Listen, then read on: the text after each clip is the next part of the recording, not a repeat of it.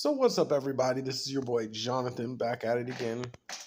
So I wanted to encourage everybody to try to make the best out of their situation and try to enjoy every situation you get, or try to make every situation you come through in life enjoyable. So I wanted to tell you some stories, and maybe that could give you some inspiration or some influences on how to make different situations in your life enjoyable. So I've always been religious. I've always believed in God. I started out, I was forced to be Christian because that was my family's was, and later on in life I became an Orthodox Jew. But like the point is, right? Everybody knows, like, when you're growing up, a lot of those services are boring. They're like really, really, you know, dull sometimes. And so sometimes you have to try to figure out how to make the best out of that kind of stuff. And so I remember, like, one of the first churches I started going to in college on my own, we would go and they would have a really good hot breakfast. I mean, you had to pay for it to support the church, but it wasn't that much money. But it was a cheap hot breakfast you can get, and it was so good back in the day. And they had these huge Super Bowl parties. I'll never forget Super Bowl Sunday after church. They had this huge Super Bowl party, a lot of food, a lot of activities for kids. It was awesome back in the day. And then I went to another church. When I was at this American Baptist church, whatever, they had a coffee shop inside, like, so like you could go to church in the morning and go actually to like a this little cute makeshift coffee shop that they had set up so that they could make money, and it had an espresso maker and everything. It was so cool. And then I was a part of this Presbyterian church years ago, and that was pretty cool because, like, they really wanted us to dress like, it was really, really, it was like one of those really dress up churches where you dress your Sunday best. So I used to go out and get me like the thrift store ties and thrift store shirts to go out to go with them, and pants. And I used to look spiffy in in my used car salesman, like, colorful shirt with the matching floral tie or whatever, and then go to church like that, and have like this cute little Bible with like a what do you call it? I had one of those cloth book covers. I had a cloth book cover that had a zipper on it, and it had place to hold your pen and your highlighter so you could highlight passages in the Bible. I thought I was a pimp.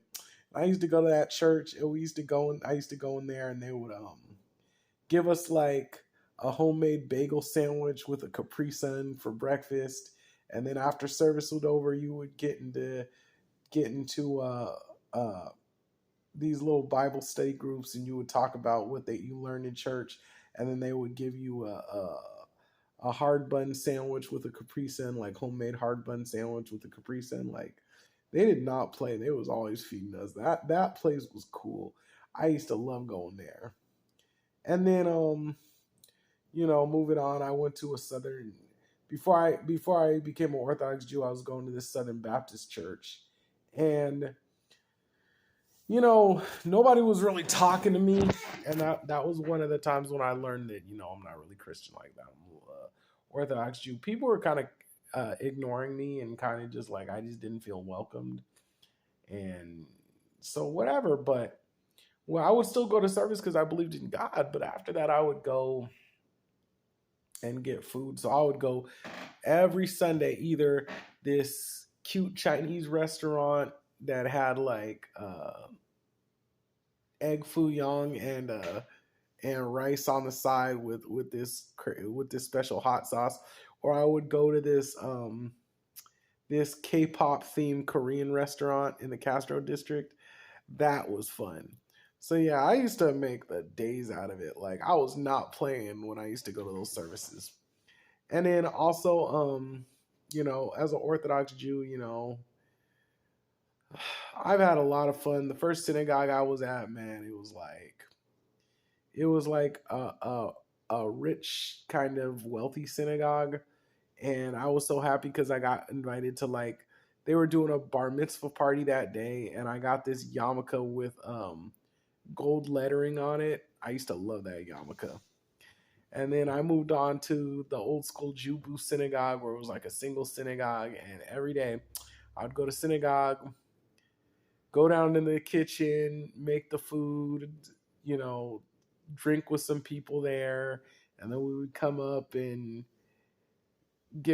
we would serve the food and socialize with people, and oh, I had a blast at that synagogue. And then after that I was at this other synagogue where it was like I just had friends there and good company. And every Friday night my buddy would take me to this Australian family's house and we would have a good meal. It was so much fun. Oh my god, it was like crazy. So I've had a lot of fun in different synagogues and stuff. So that was cool. Um, with work, you know, I've had fun at my jobs too. Like I remember being a security guard. Security's fun because you have a lot of downtime. So I would watch a lot of YouTube videos, or I would draw, or I would download games on my phone and play games, or I would watch anime. Like I used to do a lot of stuff as a security guard. I think back in the day, I brought my computer and I was watching movies on it. Like I was not even playing with that. Being a security guard was fun, bringing art supplies and drawing. Like I was not playing.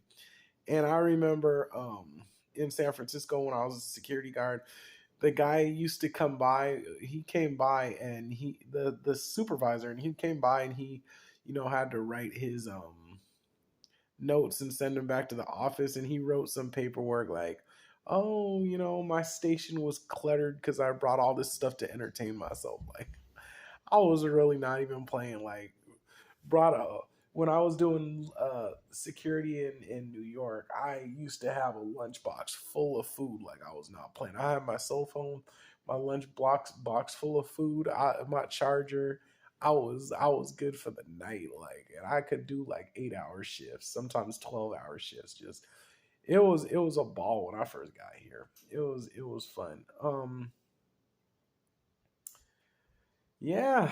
Um, as far as the school district, the New York City Department of Education, um, I've had fun at this job too because like one school I was working at, they had fairs where I could go, and they had little games and cotton candy and popcorn and stuff, and I went and it was pretty fun. Um, they always have like holiday parties, and that's pretty cool, and exchanges, and that's pretty cool, and staff holiday parties. I got to go to one of those. Like yeah, I've really had a lot of, I've met good friends at work. Like I've really had a lot of fun at the school district. So, and I took advantage of those opportunities. um the other job I do is I work with kids with special needs. So I've had a lot of this fun at this job. Like I used to work at with this family, and their son passed away, God rest his soul. But like I used to work with this family, and I would come there, and man, we would play Legos all day and watch videos, and it was a ball. Sit on the porch, and he'd be hollering at girls. Like it was fun. It was a blast working with him and that family, and I do miss the family. And now I'm in a group home now.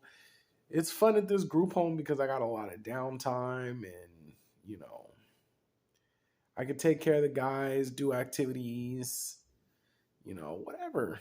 We're doing Hanukkah next week. I mean, not next week, but during Hanukkah week. So that's gonna be fun. So, anyways, these are just some examples and some inspirations about how to enjoy different things in your life that you're forced to do. Anyway, this is Jonathan. I'm out, y'all. Peace.